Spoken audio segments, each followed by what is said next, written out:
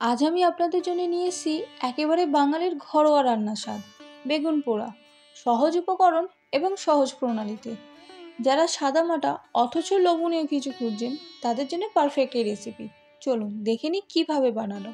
নমস্কার বন্ধুরা, আমি পায়েল, আপনারা দেখছেন পায়েলের পাকশালা ইউটিউব চ্যানেল।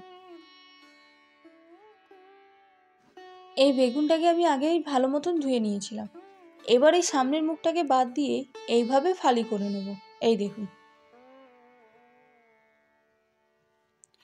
বেগুনটাকে সম্পূর্ণ দু অর্ধেক করিনি, ঠিক এইভাবে ফালি করে নিয়েছি।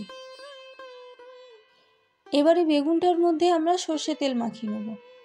এইভাবে হাতের সাহায্যে ভেতর ও বাইরে খুব ভালো মতন তেল মাখিয়ে নেব, তাহলে বেগুনটা আমাদের পোড়াতে সুবিধা হবে।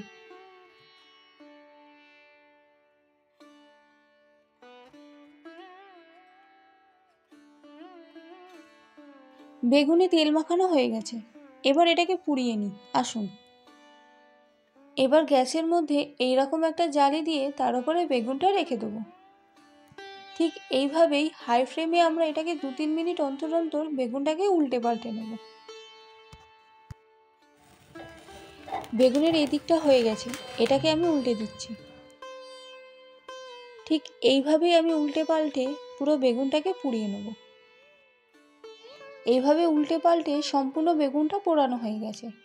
এবার এটাকে একটা পাত্রে তুলে নিয়ে ঠান্ডা করে নেব।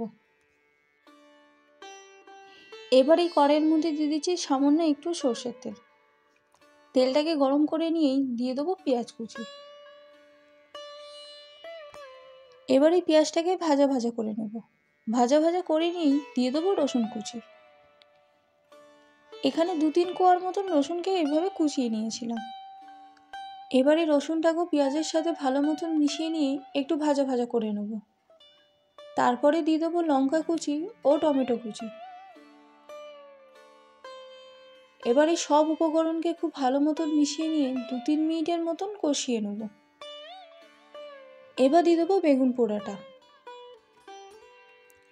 এবারে বেগুনটাকে মশলার সাথে খুব ভালো মতন মিশিয়ে নেব।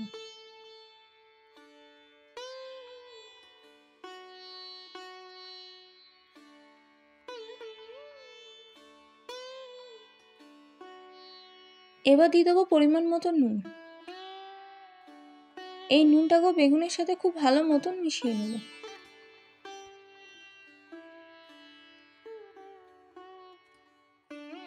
এবার ওপর থেকে ছড়িয়ে দেবো ধনেপাতা কুচি। এই ধনেপাতা কুচিটাকে বেগুনের সাথে ভালো মতন মিশিয়ে নিলেই রেডি হয়ে গেল এই বেগুন পোড়া রেসিপি। খুব সহজ ও খুব অল্প প্রণালীতেই তৈরি করে নেওয়া যায় এই সুস্বাদু বেগুন পোড়াটা। শীতের ডিনারের জন্য একদম পারফেক্ট এই রেসিপিটা। বাড়িতে অবশ্যই ট্রাই করতে পারেন। আবারও দেখা হবে আপনাদের সাথে অন্য কোনো রেসিপিতে। ততক্ষণের জন্য আসি। নমস্কার।